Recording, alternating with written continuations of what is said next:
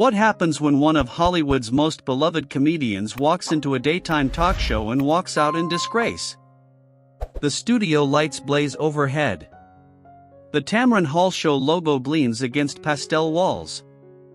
300 audience members settle into their seats, phones ready, expecting another celebrity puff piece. Another round of laughs and promotional clips. They have no idea what's coming. Tamron Hall sits poised in her chair, crisp blazer, note cards perfectly aligned. Across from her, Adam Sandler slouches in his usual oversized hoodie and beat-up sneakers. That trademark grin stretches across his face. But something's off. The cameras haven't started rolling yet, and already the energy feels wrong. Producers whisper frantically into headsets. A makeup artist dabs sweat from Tamron's forehead. Adam shifts in his seat, glancing toward the exit. 30 seconds. The audience applauds on cue. Tamron flashes her practiced smile. Adam waves, ever the professional. And we're live in 5, 4, 3. The red light blinks on. Welcome back, everyone. Tamron's voice fills the studio. Today we have a very special guest. You know him from Billy Madison, Happy Gilmore, and most recently his critically acclaimed performance in his new Netflix drama. Please welcome Adam Sandler. The crowd erupts. Adam stands, waves, sits back down. The routine is familiar. Safe. But in exactly 14 minutes, Adam Sandler will do something he's never done in 30 years of celebrity interviews. He'll rip off his microphone. He'll tell a journalist exactly what he thinks of her tactics. And he'll walk off a live television set, leaving Tamron Hall speechless and the internet ablaze. This is that story. The applause dies down. Tamron leans forward with that warm, inviting energy she's perfected over 2 decades in broadcasting. Adam, thanks so much for being here. Thanks for having me. His voice is easy. Relaxed. So let's talk about this new film. It's a departure for you. Very emotional, very raw. What drew you to this project? Adam's face softens. Yeah, it's personal, you know? It's about a dad trying to reconnect with his kids after he messes up. After he loses himself for a while. I think a lot of people can relate to that. The idea that you can screw up and still find your way back. The audience murmurs approvingly. A few people wipe their eyes. Your daughters watched it, right? What did they think? They cried. Adam laughs, but there's emotion underneath. Which made me cry. So yeah, it was a whole thing. Tamron smiles. That's beautiful. You've always been private about your family. It must be vulnerable putting so much of yourself out there. It is. But that's what makes it worth doing. The conversation flows easily for another minute. Questions about the cast, the director, the creative process. Adam answers genuinely, the audience hanging on every word. Then Tamron glances at her note cards. Her posture shifts. Just slightly. Enough that anyone paying attention would notice. Adam, you've had an incredible career. 30+ years in comedy. Box office hits, loyal fans, a Netflix deal worth hundreds of millions. I've been lucky. But there's been criticism too. A lot of critics say your movies are formulaic. That you've been making the same film for 20 years. Does that bother you? The temperature in the room drops 5 degrees. Adam's smile doesn't fade, but it freezes in place. I mean, everybody's got an opinion, right? Sure. But when the criticism is this consistent, when people use words like lazy and cash grab, doesn't that make you want to, I don't know, try something different? The audience shifts uncomfortably. Adam sits up straighter. I make movies I think are funny. If people don't like them, that's cool. But I'm not lazy. Tamron nods. But there's something sharp in her eyes now. Something calculated. Of course not. Tamron's tone is placating, but her words cut deeper. But you have to admit, Adam, when you cast your friends in every movie, vacation in Hawaii on the studio's dime, and churn out content that gets terrible reviews, it does look a certain way. Content. The word hangs in the air like smoke. Adam's jaw tightens. Look, I've been doing this since I was a kid doing stand-up in Boston. I worked my way up through SNL, through bad movies and good ones. I don't owe anyone an explanation for who I cast or where I shoot. But don't you think? And calling them content? Really? Adam's voice is still controlled, but the edge is there now. These are films. Stories. Things people watch with their families. Things that make them laugh when they're having a bad day. That's not content. That's art. Tamron leans back, recalibrating. I didn't mean to offend. You did, though. Adam's not yelling. He's not even raising his voice. But the accusation lands like a punch.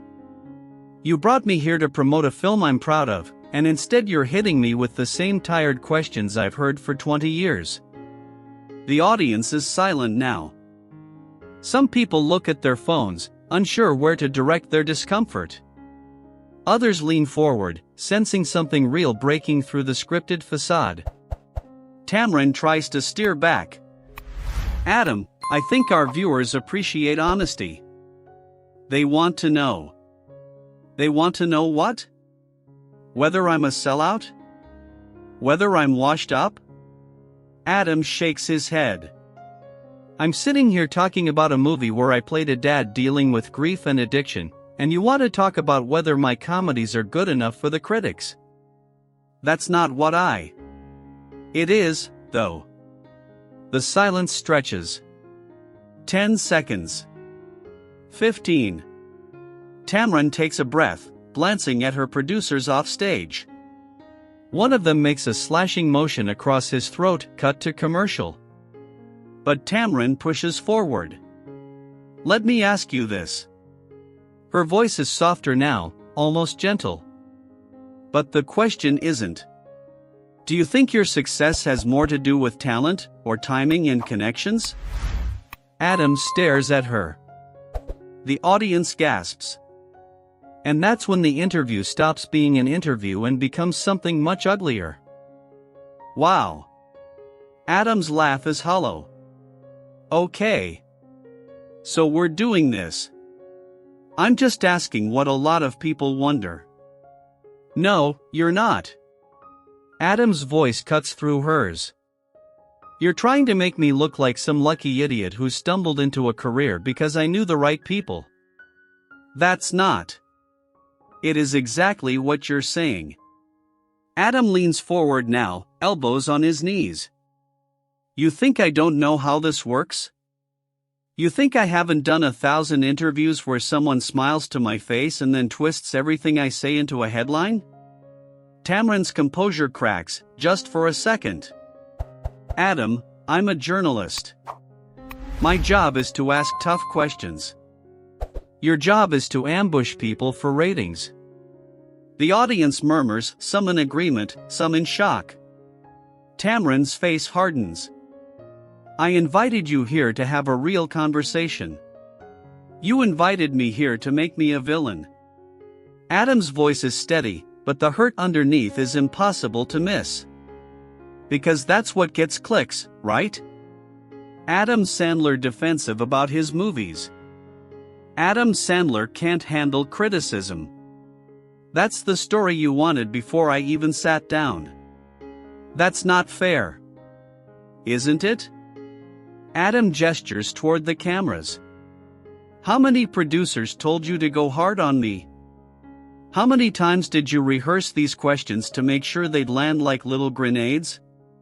Tamron doesn't answer. She doesn't have to. Her silence says everything. I've been in this business since before you had a talk show, Tamron. Adam's tone softens, but the weight behind it doesn't.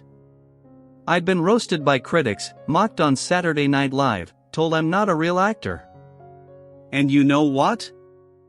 I survived all of it because I know who I am. I know what I make and why I make it. Then why are you so defensive? Because you're not asking questions, you're making accusations. The audience is split now. Some people are nodding along with Adam. Others look to Tamron, waiting for her response. She takes a breath, trying to regain control. Adam, if we can just. Just what? Move on? Pretend you didn't just spend 10 minutes trying to tear me down? Adam shakes his head. You want to talk about my career? Fine. Let's talk about it. I've made movies that brought in billions of dollars.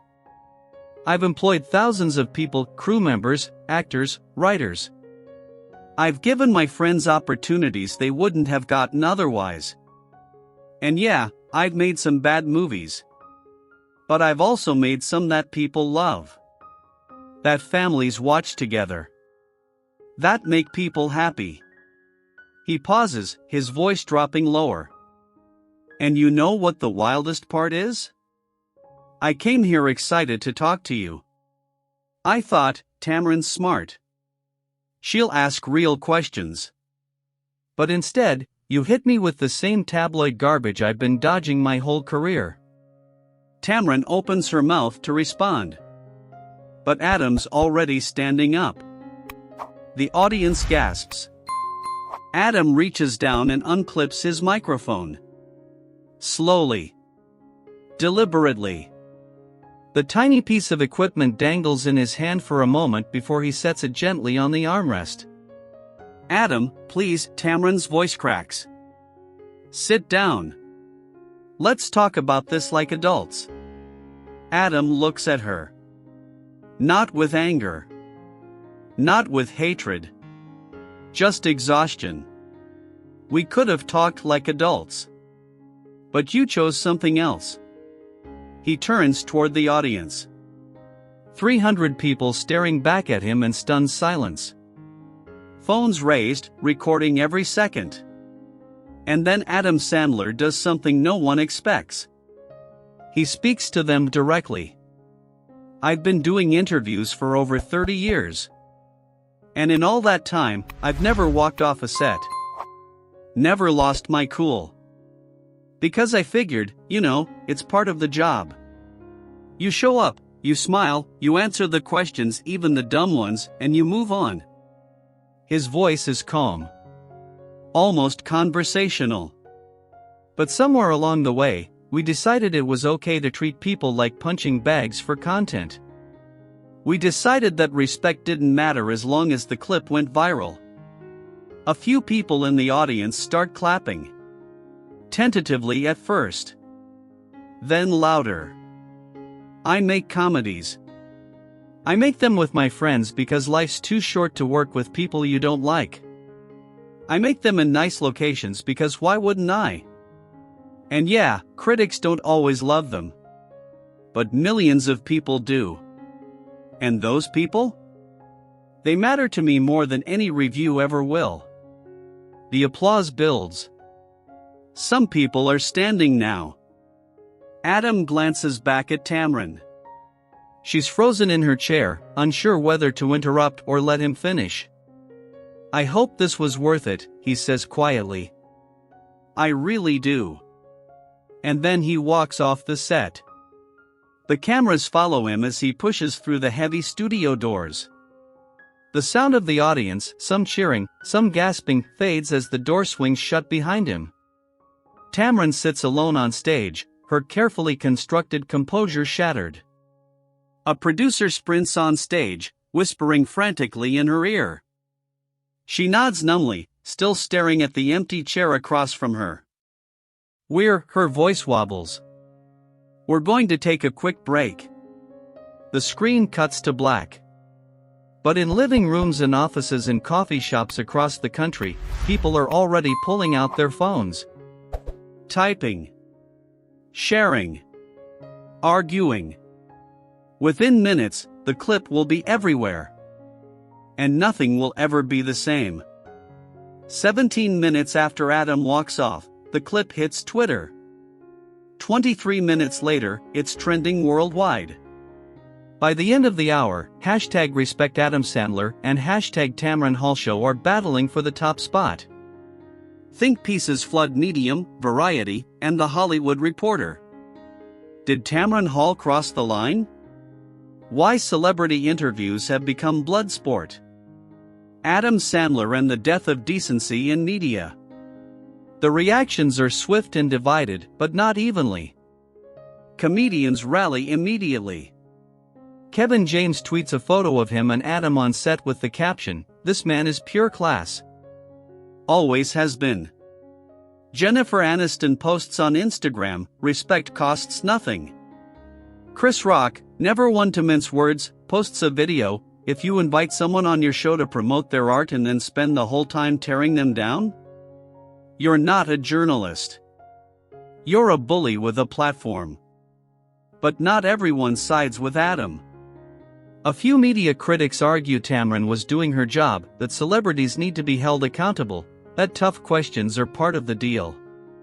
The debate rages online. Clips are dissected frame by frame. Body language experts weigh in. Polls are launched. Was Adam right to walk off?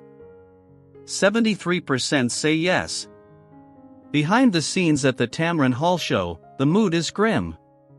Producers huddle in conference rooms, debating damage control. Do they apologize? Double down? Release a statement? Tamron herself is reportedly devastated. Sources close to the show say she never intended to hurt Adam and was just following the angle her team developed. But intent doesn't matter. Not when the clip has been viewed 40 million times in less than 24 hours. The network releases a statement, "The interview took an unexpected turn. We value open dialogue and hope all parties can move forward respectfully." It satisfies no one. Adam's team responds with a single sentence, "Adam came to share his work. He left with his dignity." And just like that, the narrative is set. Not as a celebrity meltdown, but as a man defending his humanity. So what did we just witness? A celebrity tantrum? A journalist doing her job? Or something deeper, a reminder that fame doesn't strip someone of their right to dignity? Adam Sandler didn't walk off that set because he couldn't handle criticism. He's been handling it for 3 decades. He walked off because there's a difference between asking tough questions and launching personal attacks disguised as journalism. Somewhere along the way, we convinced ourselves that celebrities owe us everything. Their time. Their vulnerability. Their patience while we tear them apart for entertainment. But they don't. No one does. Tamron Hall may have been following a script designed to create a viral moment. But she forgot something crucial: the person sitting across from her wasn't a character. He was a human being. A father. An artist. A man who's spent his entire career making people laugh and who deserved better than to be ambushed on live television. The clip will live online forever. The think pieces will fade. The hashtags will move on. But the lesson remains. Respect isn't optional. It's not something you sacrifice for ratings or clicks or viral moments. It's the bare minimum we owe each other, celebrity or not. And maybe, just maybe, Adam Sandler walking off that stage will remind us all of that. So here's the question: do you think Adam was right to leave? Or should he have stayed and finished the interview? Drop your thoughts in the comments below. And if this story made you think, Hit that subscribe button and share this video with someone who needs to hear it. Because at the end of the day, respect costs nothing. But losing it costs everything.